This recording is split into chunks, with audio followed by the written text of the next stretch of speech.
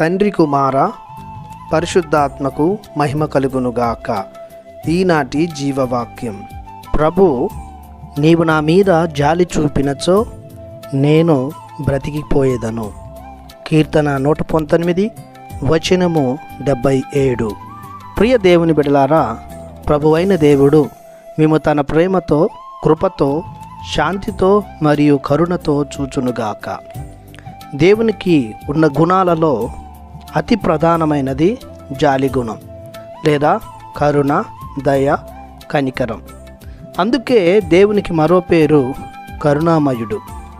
దేవుని కరుణ వలననే రక్షణ కార్యం ఈ లోకంలో ప్రారంభమైనది.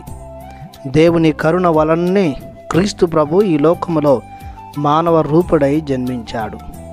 కరుడుగట్టిన మానవ హృదయాన్ని కదిలించేది, అణగారిపోతున్న సమాజపు గాయాలను మాన్పేది దేవుని కరుణయే.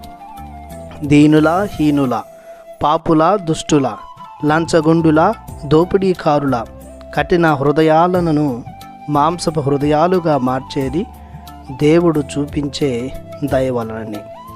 పరిశుద్ధ గ్రంథం కూడా ఇలాంటి సంఘటనలను మనం ఎన్నో చూస్తున్నాం. కేవలం దేవుని జాలిగల హృదయం వలననే అనేకులు బాగుపడుతున్నారు.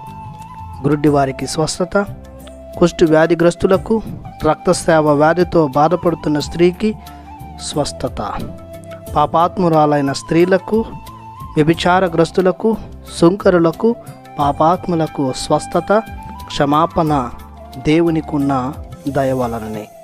అందుకే దేవునిని పిలుస్తూ, దావీదు కుమారా, మాపై దయ చూపుమని భక్తులు దేవుణ్ణి వేడుకుంటున్నారు. పాపపు ఊబిలో పడిన మానవులని రక్షించుటకు క్రీస్తు ప్రభు తనను తాను సిలువలో త్యాగం చేసుకుంది.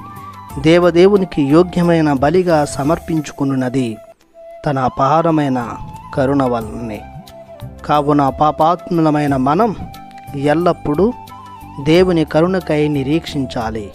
పాప మన్నింపును కోరుకోవాలి. ఆయన యందు అమితమైన ప్రేమను ప్రదర్శించాలి. దేవుని కృపను, శాశ్వత జీవితాన్ని, పరలోక భాగ్యాలను అనుభవించాలి. అంటే దేవుని దయను పొందుకోవడమే సులువైన మార్గము. ప్రార్థించుదము. దయగల మా దేవ, మీ కరుణకు గాను మీకు వందనాలు, స్తుతులు, స్తోత్రములు చెల్లిస్తున్నాము. మేము తెలుసో తెలియక చేస్తున్న పొరపాట్లను మన్నించి దయతో మమ్ము నిత్యము జీవింపచేయమని, మీ ప్రియబిడ్డలుగా లేవనెత్తమని నజరేయుడగు యేసు నామములో ప్రార్థిస్తున్నాము పరమ తండ్రి. ఆమెన్. దేవుడు మిమ్ము దీవించునుగాక. ఆమెన్.